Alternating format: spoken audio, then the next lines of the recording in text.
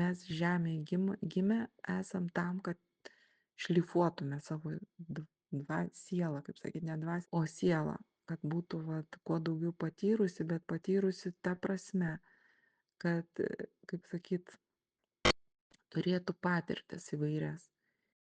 Ir kai žmogus sąmoningas yra, kad va taip pasielgiu, tą ir tą gaunu, o ypatingai jeigu energetinį lygmenį matai, kaip pinasi, va, nu sakau, tas nuostabus vaizdas yra persipinimo visko kame ir visame.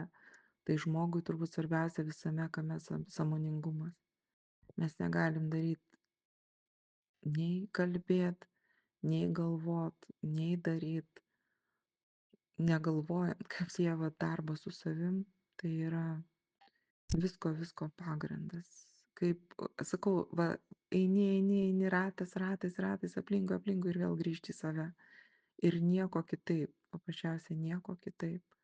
Mažinti visų pirma pretenziją sau, mylėti, priimti save toks, koks esi ir sau didinti meilę. Nes bet kokiu atveju, kai pas tave šviesa galinga, aplinkui žmonės tiesiog atsisuka šviesa.